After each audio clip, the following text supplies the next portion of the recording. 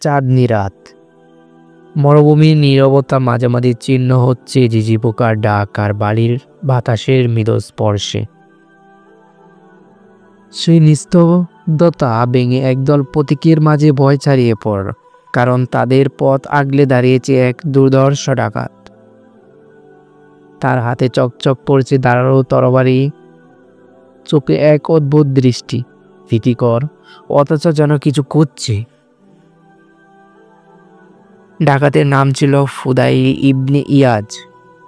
দীর্ঘদিন ধরে সে মরুভূমির পথে প্রতীক দিয়ে লুট করত, ধন সম্পদ, কারত, এমনকি কাউকে প্রাণী মারতেও দ্বিধা করত না।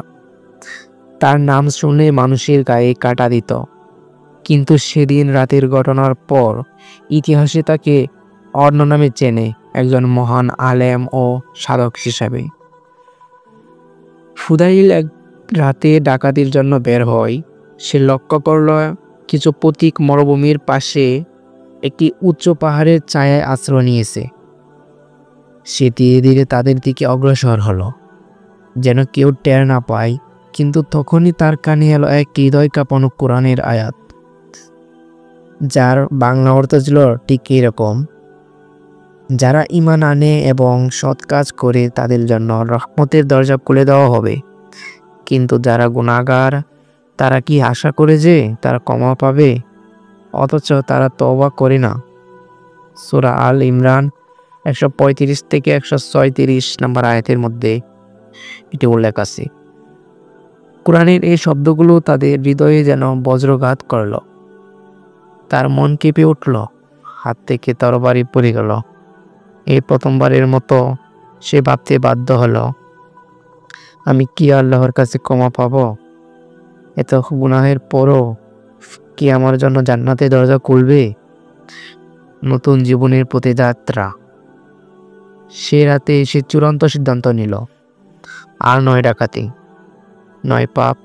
সে আল্লাহর পথে ফিরে যাবে। সে পাহাড়ের উপর উঠে কাঁদতে লাগলো, আল্লাহর কাছে হাত তুলে ক্ষমা চাইতে লাগলো। পরদিন সকালে যখন পথিকেরা দেখতে পেল যে দুর্ধর্ষ ডাকাত ফুদাইল কাঁদছে, তখন তারা অবাক হয়ে গেল। সে নিজেই তাদের কাছে এসে বলল, আমি আমার জীবনের পাপ মুক্তির জন্য তওবা করেছি, তোমরা আমার জন্য দোয়া করো যেন আমি আল্লাহর সন্তুষ্টির পথে থাকতে পারি। এরপর ফুদাইল ইবনে ইয়াজ পুরোপুরি বদলে গেলেন। তিনি শুধু তওবা করেই থামেন না, বরং তিনি কোরআন ও হাদিসের জ্ঞান অর্জন করতে লাগলেন। ধীরে ধীরে তিনি একটি আলেম হিসেবে খ্যাতি অর্জন করেন। পরবর্তীতে ফুদাইল ইবনে ইয়াজ ইসলামের এক মহান সাধক হন। তার মুখ থেকে বহু শিক্ষণীয় উক্তি এসেছে, যার একটি হলো, যদি তুমি সত্যিকারের তওবা করো তাহলে তোমার অতীতের সব গুনাহ আল্লাহ তাআলা ক্ষমা করে দেবেন, কারণ আল্লাহর রহমত সাগরের চেয়েও বিশাল। এই ঘটনা আমাদের শেখায়, কোনো মানুষই এত বেশি গুনাহ করতে পারে না যে মহান আল্লাহ তাকে ক্ষমা করবেন না।